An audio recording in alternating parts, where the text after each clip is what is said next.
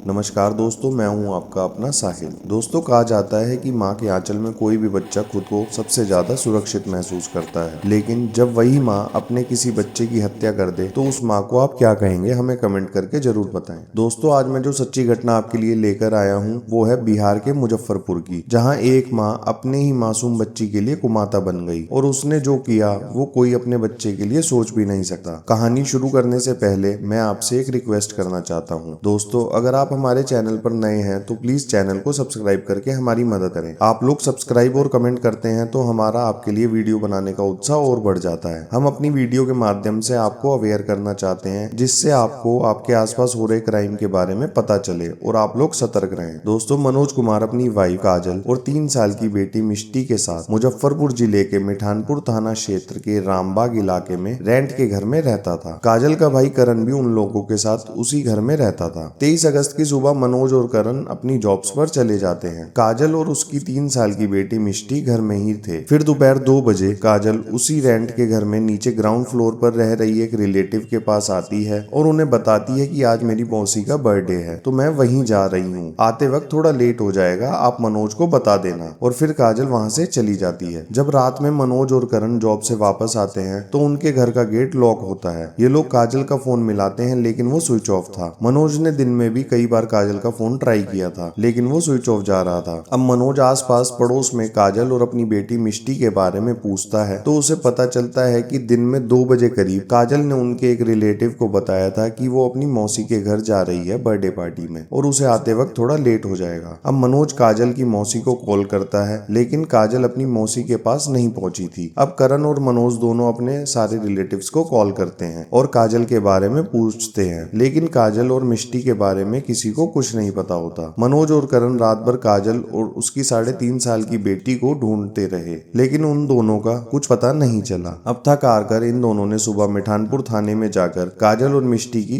Missing complaint लिखवा दी। फिर police काजल और उसकी बेटी की छानबीन के लिए रामबाग FCI गोदाम के पीछे वाले मोहल्ले में आती है, जहां मनोज और काजल रेंट पर रहते थे। पूरे घर की तलाशी ली जाती है लेकिन पुलिस को वहां कुछ नहीं मिलता। जब पुलिस घर के पीछे जाती है तब वहां गड्ढे में एक रेड कलर का ट्रॉली बैग पड़ा हुआ था। पुलिस ने बैग ओपन किया और जैसे ही बैग ओपन हुआ वहां जितने भी लोग खड़े थे सबके होश उड़ जाते हैं। उस बैग के अंदर 3 साल की मासूम बच्ची मिष्टी का शव था। ये बात पता चलते ही वहां आसपास लोगों की भीड़ इकट्ठा हो जाती है। किसी को भी समझ नहीं आ रहा था कि इतनी छोटी सी मासूम बच्ची के साथ किसी की क्या दुश्मनी हो सकती है कि उसने उस बच्ची को इतनी बेरहमी से मार डाला। पुलिस ने मिष्टी का शव पोस्टमार्टम के लिए भेज दिया। अब सब लोग काजल के लिए परेशान थे कि कहीं उसके साथ कोई अनहोनी ना हो गई हो। अब पुलिस ने काजल को ढूंढना शुरू कर दिया। थोड़ी ही देर में मनोज पुलिस को आकर एक ऐसी बात बताता है जिसे सुनने के बाद इस केस में एक नया मोड़ आता है। मनोज पुलिस को बताता है कि काजल की ज्वेलरी, उसके डॉक्यूमेंट्स, कपड़े, आधार कार्ड, उनके घर से सब कुछ गायब है और उसे शक भी है कि काजल ने ही उसकी बेटी मिष्टी को मारा है और उसके बाद वो अपने प्रेमी के साथ भाग गई है। मनोज ने आगे पुलिस को बताया कि उसे काजल पर थोड़े टाइम से शक था कि काजल का किसी के साथ अफेयर चल रहा है और इसी बात पर उन दोनों का अक्सर झगड़ा भी होता था, क्योंकि काजल किसी से देर देर तक फोन पर बात किया करती थी और पूछने पर मनोज को कुछ भी नहीं बताया करती थी। इसके बाद पुलिस ने एक टीम तैयार करी काजल को ढूंढने के लिए। आस पड़ोस के CCTV चेक किए गए जिसमें उन्हें काजल अकेली जाती हुई दिखाई दे रही थी। अब पुलिस वालों को भी काजल पर शक होने लगा। उन्होंने काजल के फोन की लोकेशन चेक करी। पुलिस लगातार काजल के मोबाइल को ट्रेस कर रही। काजल की आखिरी लोकेशन रामपुर हरी थाना क्षेत्र में मिली। उसके बाद से पुलिस ने लगातार रामपुर हरी थाना क्षेत्र में छापेमारी स्टार्ट कर दी और आखिरकार बहुत मेहनत के बाद पुलिस ने काजल को घटना के 48 घंटे के अंदर गिरफ्तार कर लिया। काजल को मुजफ्फरपुर जिले के रामपुर हरी थाने क्षेत्र से उसके प्रेमी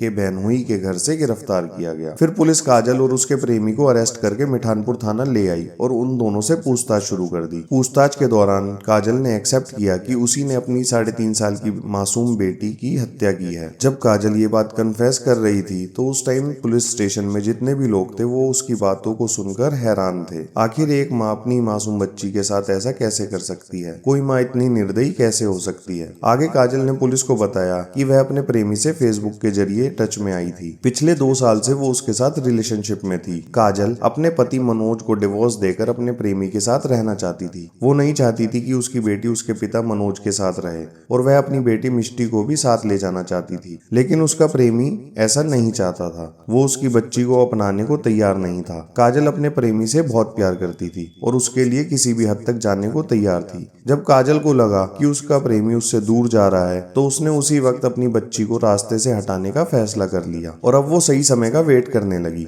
23 अगस्त को पति और भाई के जॉब पर जाने के बाद उसने देखा कि घर के नीचे रहने वाला किराएदार भी डॉक्टर के पास हॉस्पिटल जा रहा है और अब उसका पूरा घर खाली था। उसको लगा कि उसे अब कोई भी नहीं देख पाएगा, इसलिए मौके का फायदा उठाकर काजल मिष्टी के पास गई। उस वक्त मिष्टी सोई हुई थी।